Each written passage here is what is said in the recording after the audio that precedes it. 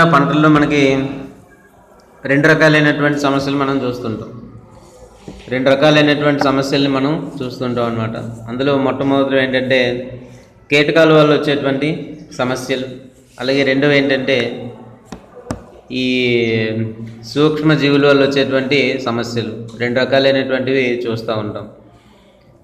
కీటకాల వల్ల ఎలాంటివి వస్తాయి ఏంటనేది అంతా ఇంతకు ముందు మనం చూడడం జరిగింది. కీటకాలు ఎలాంటి నష్టాలు కలిగిస్తుంటాయి, ఏంటి సంగతి, ఇలాంటివన్నీ చూసారా, తెలుసా? కీటకాల గురించి చదివారా, చదవలేదా? కీటకాల గురించి ఏమైనా చదవడం జరిగిందా ఇంతకుముందు? లేదు. సో తర్వాత ఎప్పుడైనా రావచ్చు, తర్వాత సెమిస్టర్లో ఎప్పుడైనా రావచ్చు. సో మనకి రెండు ఉంటాయి ప్రధానంగా. సింపుల్గా చెప్పుకోవాలనుకుంటే పంటల్లో మనకి ప్రధానంగా కీటకాలు అంటే పురుగులు నష్టం కలిగిస్తుంటాయి. రెండవ ఏంటంటే తెగుళ్ళు. తెగుళ్ళు అంటే కొన్ని రకాలైనటువంటి సూక్ష్మజీవులు వాటిని కల్పిస్తుంటాయి అన్నమాట. పురుగులు, తెగుళ్ళు, ఇలా రెండు రకాలైనటువంటి కారణాల వల్ల మొక్కలకి నష్టం జరుగుతూ ఉంటుంది. అన్ని రకాలు, అది ఏ మొక్కలైనా సరే. రెండు ప్రధానంగా బేసిక్స్ అవి ఏంటంటే పురుగులు తినేయడం ఒకటి, రెండోది ఏంటంటే ఈ సూక్ష్మజీవులు అంటాం అన్నమాట. మన కంటికి కనపడలేనటువంటి వాటి అన్నింటినీ కూడా ఏమంటామంటే సూక్ష్మజీవులు అంటాం. పురుగులు ఇవన్నీ ఉన్నాయనుకోండి, అవి మనం చూడగలం, చూసి ఫలానా పురుగు ఇది అని మనం చాలా వరకు ఐడెంటిఫై చేయగలం అనమాట.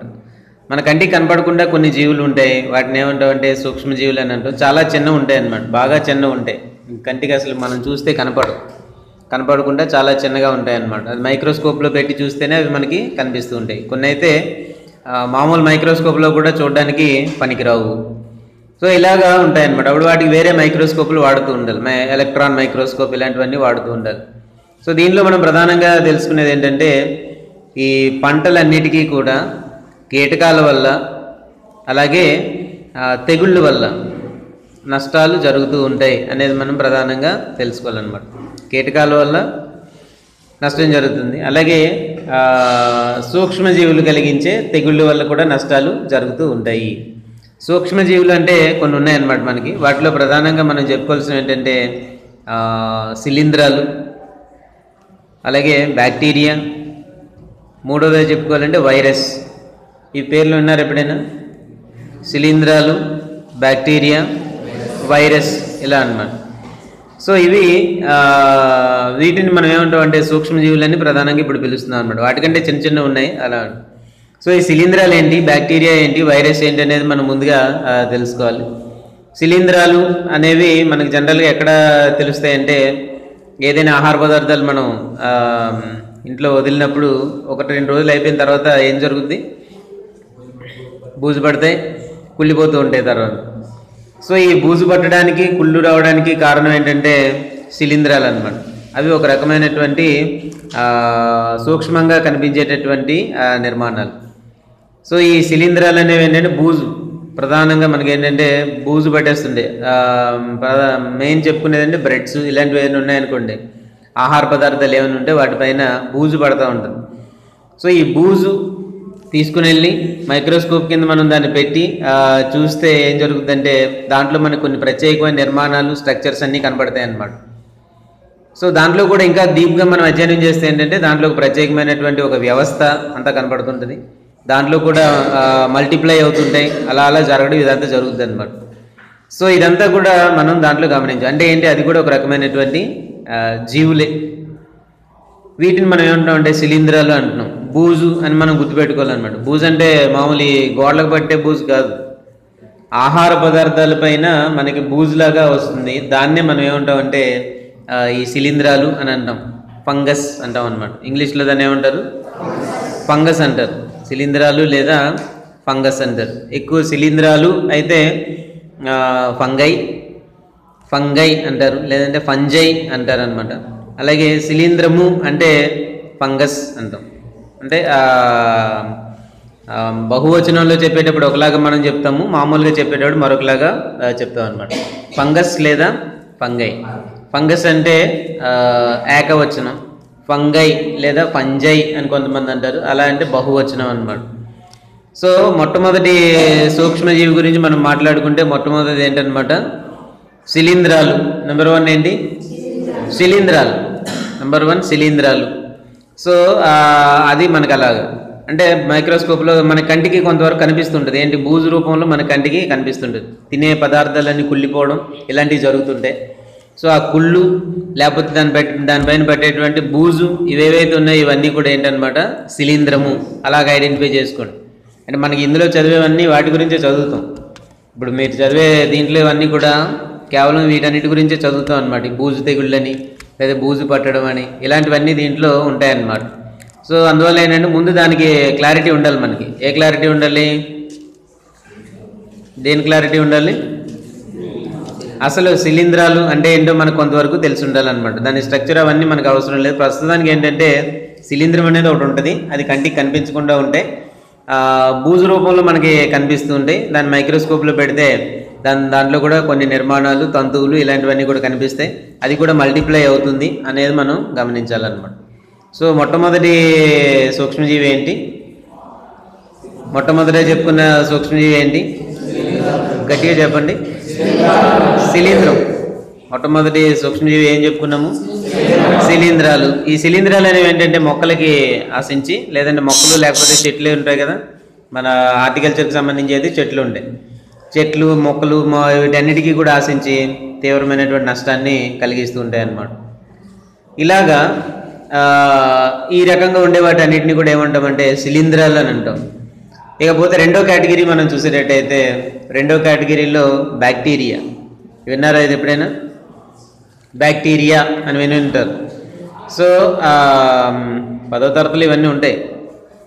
బ్యాక్టీరియా అనేది ఏంటంటే బహువచనం అన్నమాట. బ్యాక్టీరియా అంటే బహువచనం. ఒకటి కంటే ఎక్కువ ఉండేటట్టయితే దాన్ని ఏమంటారంటే బ్యాక్టీరియా అంటారు. ఇందాకట్లాగే ఫంగస్, ఫంజై ఎలా చెప్పాను, ఇక్కడ కూడా అలాగే ఒకటి కంటే ఎక్కువ ఉండేటట్టయితే దాన్ని ఏమంటామంటే బ్యాక్టీరియా అని అంటాం అనమాట. అంటే అది ఊహించుకోవడానికి ఒకదాన్ని మనం సెపరేట్గా చేసి పెట్టాలంటే చాలా కష్టం అనమాట.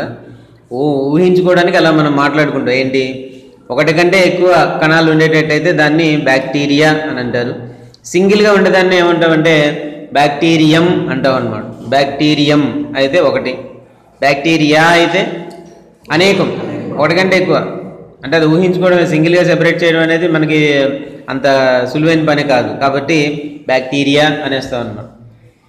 సో సైజు పరంగా వీటిని మనం చూసుకోవాలంటే, సైజు పరంగా మనం చూడాలంటే శిలీంధ్రాలు కొద్దిగా పెద్దవైతే దానికంటే బాగా చిన్నవి బ్యాక్టీరియా సైజ్ అన్నమాట. సైజు పరంగా చూసుకుంటే బ్యాక్టీరియా చాలా చిన్నది. దేనికంటే? శిలీంధ్రాల కంటే బ్యాక్టీరియా చాలా చిన్నది. అంటే సైజు అలా ఊహించుకోండి. ఒక పెద్ద బాల్ని మనం ఊహించుకుంటే, ఒక చిన్న బాల్ ఒకటి దాన్ని ఊహించుకోండి, పెద్ద వాలీబాల్ ఒకటి ఊహించుకోండి. వాలీబాల్ అనేది ఒక శిలీంధ్రం అనుకోండి. వాలీబాల్ అనేది ఒక శిలీంధ్రము. అలాగే మనం ఆడుకునే టెన్నిస్ బాల్ ఏంటనమాట? బ్యాక్టీరియా. సైజులో అంత వేరియేషన్ ఉంటుంది. ఇప్పుడు అర్థమైందా? వాలీబాల్ అంత సైజు మనకి శిలీంధ్రం అని అనుకుంటే, బ్యాక్టీరియా ఏ సైజులో ఉంటుంది? మన టెన్నిస్ బాల్ లేదా క్రికెట్ బాల్ ఉంటుంది కదా, చూసారా అందరూ? సో క్రికెట్ బాల్ సైజు ఉండేది బ్యాక్టీరియా అన్నమాట. అర్థమైందా?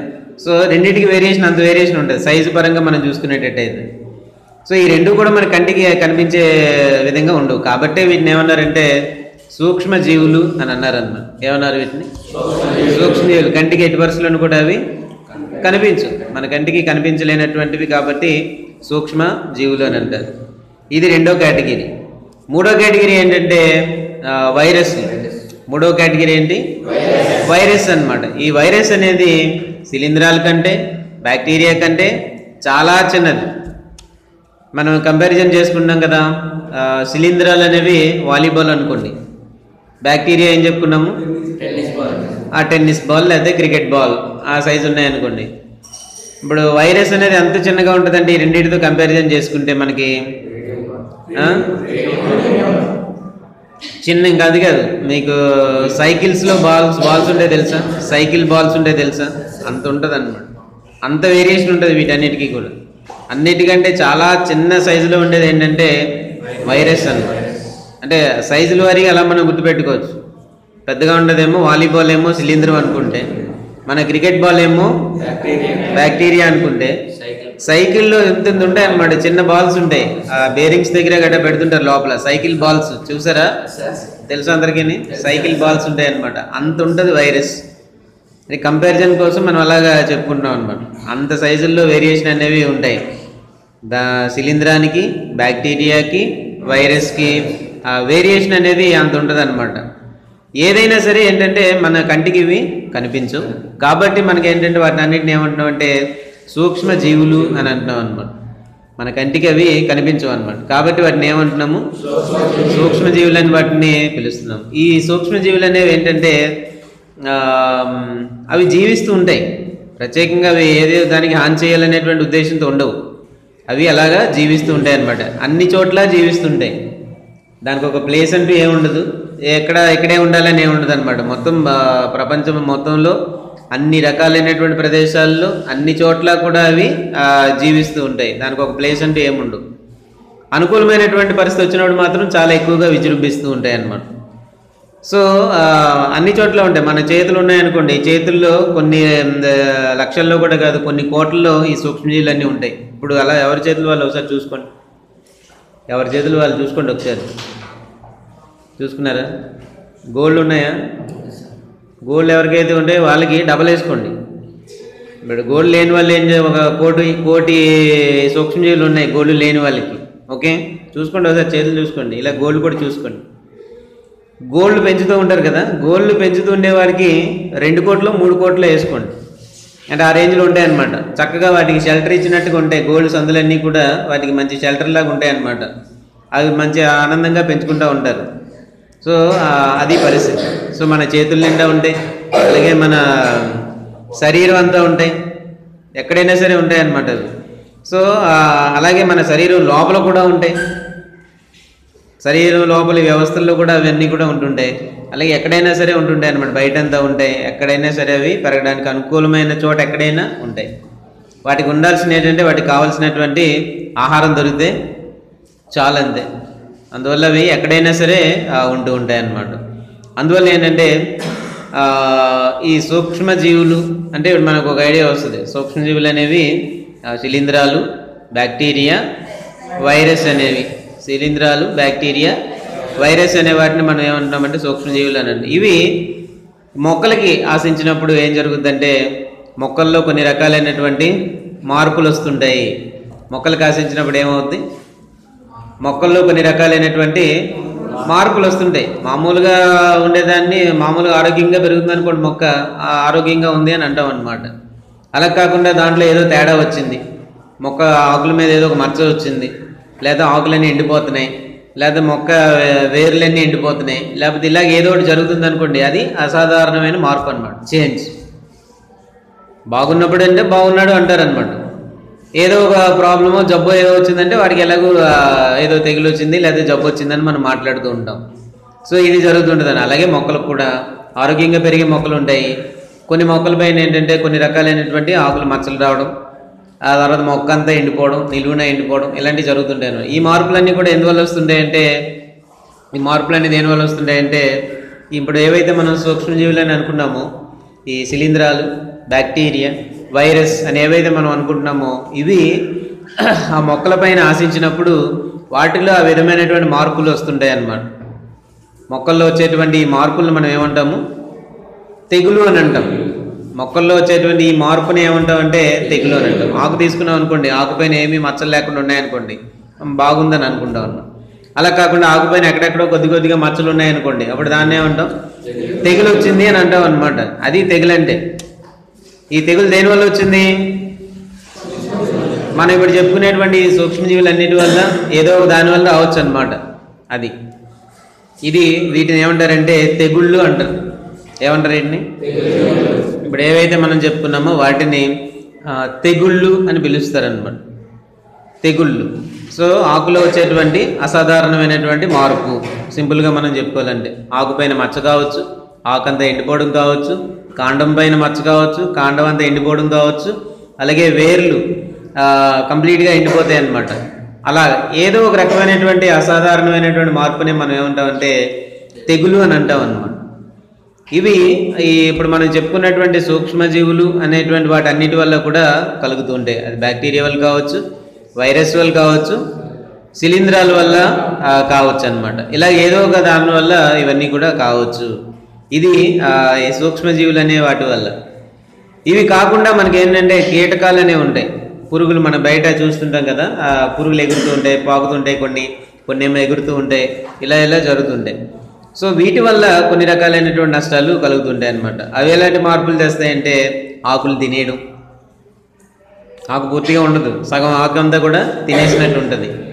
సో ఆకులు తినేస్తుండడం, ఆకులపైన రంధ్రాలు చేయడం, ఆకులపైన ఉంటే వాటన్నిటిని లేత భాగాలన్నింటినీ కూడా తినేయడం అలా చేస్తుంటాయి. ఇంకా కొన్ని ఏం చేస్తుంటాయి అంటే ఆకుల్లో లేత భాగాలన్నింటిలో నుంచి కూడా రసం ఉంటుంది దాని లోపల. ఏదైనా ఆకును మనం తీసుకుని గట్టిగా ఇలా పిండామనుకోండి, ఏమొస్తుంది దాంట్లో నుంచి? రసం వస్తుంది. ఆ రసం ఏంటి? అది పీల్చుకునేటువంటి నీరు, భూమిలో నుంచి అది పీల్చుకునేటువంటి నీరు అనమాట. భూమిలో నుంచి అది పీల్చుకునే నీరు, ఆ పత్రహరితము, దాంట్లో ఉండేటువంటి కణజాలు, వీటన్నిటిని కలిపి మనం గట్టిగా పిండితే ఏం జరుగుతుందంటే అది ఒక రసంలాగా వస్తుందన్నమాట. దీన్నే మనం ఏమంటామంటే జీవరసం అంటాం, జీవరసం అంటాం అన్నమాట. అది గుర్తుపెట్టుకోవాలి. ఏమంటారు దీన్ని? జీవరసం అని అంటాం.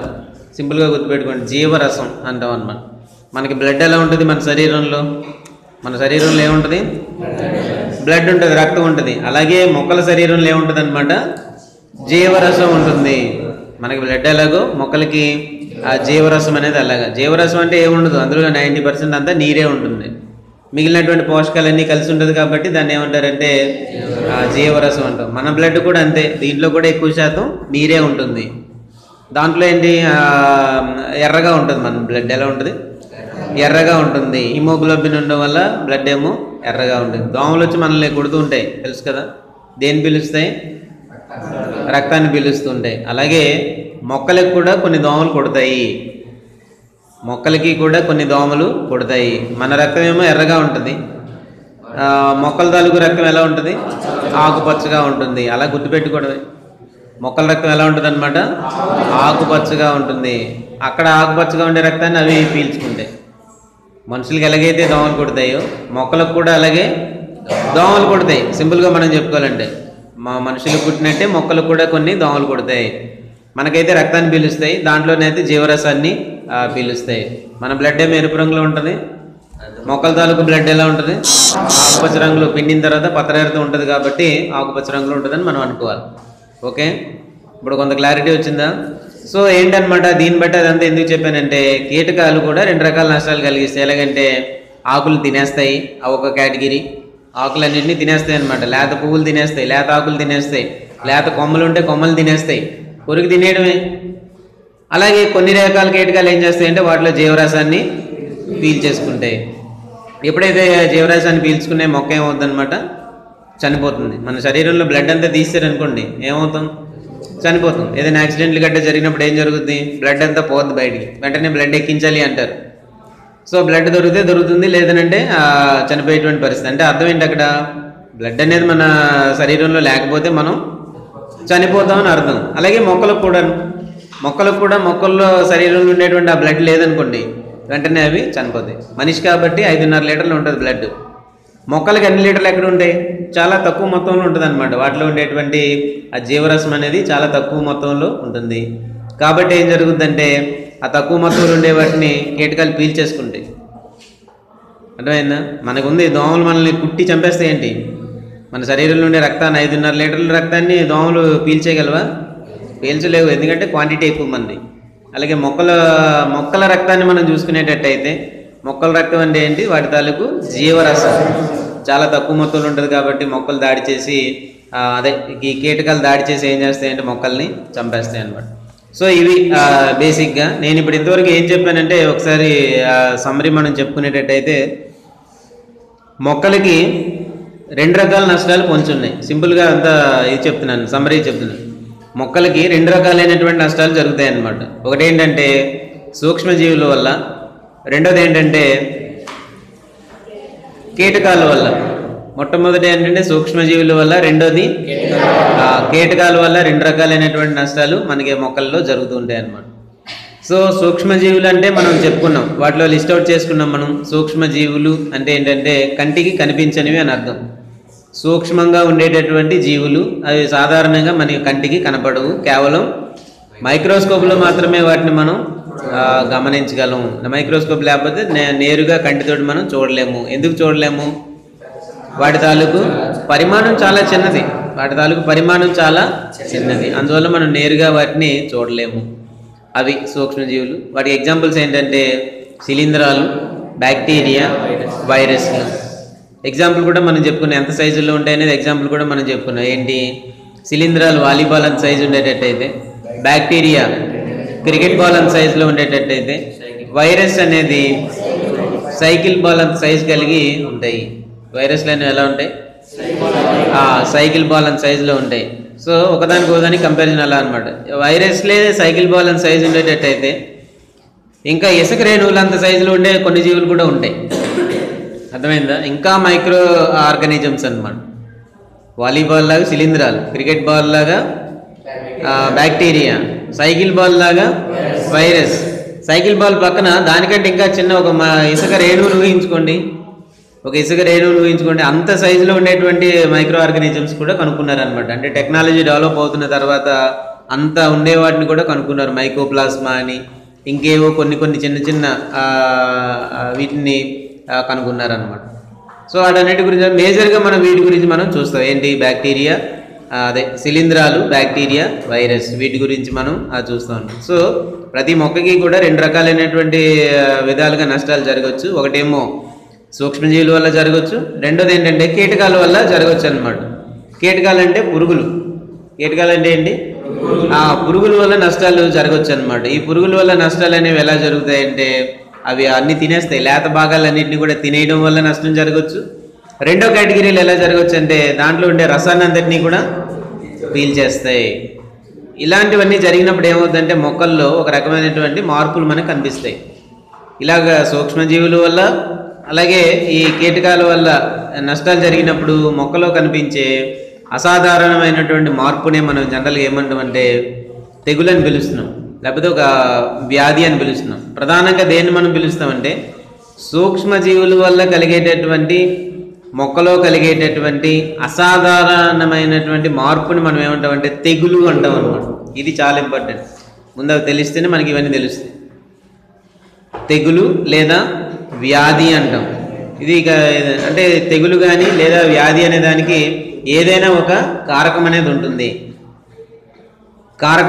అదేంటి? శిలీంధ్రం కావచ్చు, బ్యాక్టీరియా కావచ్చు, వైరస్ కావచ్చు. వాటిని ఏమంటారంటే మనకి ఇక్కడ కారకాలు అంటారు అనమాట. ఏమంటారు వాటిని? కారకాలు అంటాం. ఇప్పుడు ఏదో ఒక తెగులు వచ్చింది, దేనివల్ల వచ్చిందంటే ఏదో ఒక కారకం అనేది ఉంటుంది కాబట్టి ఆ తెగులు వస్తుంది. అందువల్ల ఏంటంటే ప్రతిదానికి కూడా మనకి ఇటు పంటల వారీగా మనం చదువుకుంటున్నప్పుడు అలా వరుసగా చూసుకుని వెళ్తుంటే ఒక్కొక్క దానికి ఒక్కొక్క కారకం అనేది ఉంటుంది అనమాట. ఒక్కొక్క కారకం అనేది ఉంటుంది. సో ఆ కారకం అన్నీ మనం జనరల్గా చదువుకుంటూ ఉంటాం అనమాట. అవి వాటి తాలూకు సైంటిఫిక్ నేమ్స్ అన్నీ కూడా మనం చదవడం జరుగుతూ ఉంటుంది. సో ఇది మనకి ప్రధానంగా జరిగేటటువంటి ఇది. ఇప్పుడు ఏంటంటే మనకి ఉద్యాన పంటలు నాశించేటువంటి తెగుళ్ళు లేదా రోగాలు మరియు వాటి తాలూకు యాజమాన్యం అని ఇచ్చారనమాట. సో ఇప్పుడు దానిలోకి మనం వెళ్ళొచ్చు అనమాట. బేసిక్ ఐడియా వచ్చిందా? మొక్కలకి నష్టాన్ని కలిగించేవి రెండు, కీటకాలు మరియు సూక్ష్మజీవులు. ఆ కీటకాల గురించి పక్కన పెట్టండి, అది ఎంటమాలజీ కోర్స్ అనమాట. ఆ కీటకాల గురించి అధ్యయనం చేసే శాస్త్రాన్ని ఏమంటామంటే కంప్లీట్గా మనం ఎంటమాలజీ అని అంటాం. ఆ కీటకాలు ఎలా నష్టం కలిగిస్తాయి, అవి ఎలాగ రసాన్ని పీలుస్తాయి, ఎలాగ తినేస్తాయి, ఇవన్నీ కూడా మనం దేంట్లో చూస్తామంటే ఎంటమాలజీలో మనం వాటిని చూస్తాం అనమాట. ఇప్పుడు మన కోర్సు అది కాదు, అది పక్కన పెట్టండి, కీటకాలు పక్కన పెట్టండి. కీటకాలు పక్కన పెడితే మిగిలింది ఏంటి? సూక్ష్మజీవులు. ఈ సూక్ష్మజీవులు అనేవి మొక్కల్లో లేదా చెట్లలో ఏ విధమైనటువంటి నష్టాలు కలిగిస్తాయి అనేది ప్రతి క్రాప్ వైజ్గా మనం దీంట్లో చూస్తాం అనమాట. సో ఇలాగా ఈ సూక్ష్మజీవులు మొక్కల్లో కలిగించేటువంటి మార్పుని ఏమంటామంటే వ్యాధి అని అంటాం. అర్థమవుతుందా? సూక్ష్మజీవులు అనేవి మొక్కల్లో కలిగించేటటువంటి అసాధారణమైనటువంటి మార్పు, దాన్ని ఏమంటామంటే వ్యాధి లేదా తెగులు అంటాం. వ్యాధి లేదా తెగులు అంటాం, వ్యాధి లేదా తెగులు అని పిలుస్తాం అన్నమాట. సో ఇలాగా ఈ వ్యాధుల గురించి చదివే శాస్త్రాన్ని ఏమంటారంటే పెథాలజీ అంటారు. వ్యాధుల గురించి చదివే శాస్త్రాన్ని ఏమంటారు? పెథాలజీ అంటారు అన్నమాట. ప్లాంట్ పెథాలజీ, మొక్కల వ్యాధి శాస్త్రము అని అంటాం అన్నమాట. సో మొక్కల వ్యాధి శాస్త్రం అంటే ఏంటి? మొక్కలకు సంబంధించిన వ్యాధుల గురించి అధ్యయనం చేసే శాస్త్రాన్ని ఏమంటారు? ప్లాంట్ పెథాలజీ అని అంటారు అన్నమాట. సో ఇప్పుడు మన కోర్స్ అదే, ప్లాంట్ పెథాలజీ అని అంటాం. వ్యాధి లేదా తెగులు, దాన్ని ఇంగ్లీష్లో ఏమంటారంటే డిసీజ్ అంటారు. దేని పెడితే దాన్ని డిసీజ్ అనడానికి లేదు. కీటకాల సమస్యలన్నీ వేరే, వాటిని డిసీజ్ అని అనం.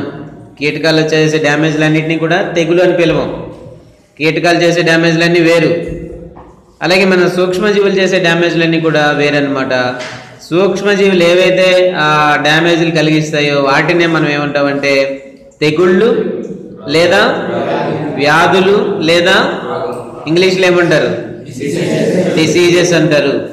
ఇది గుర్తుపెట్టుకోవాలి. సూక్ష్మజీవులు కలిగించే మార్పులను ఏమంటారంటే వ్యాధులు లేదా తెగుళ్ళు లేదా ఇంగ్లీష్లో అయితే డిసీజెస్ అంటారు అనమాట. అందువల్లే మొక్కలకు సంబంధించినటువంటి వ్యాధుల గురించి అధ్యయనం చేసే శాస్త్రాన్ని ఏమంటారు?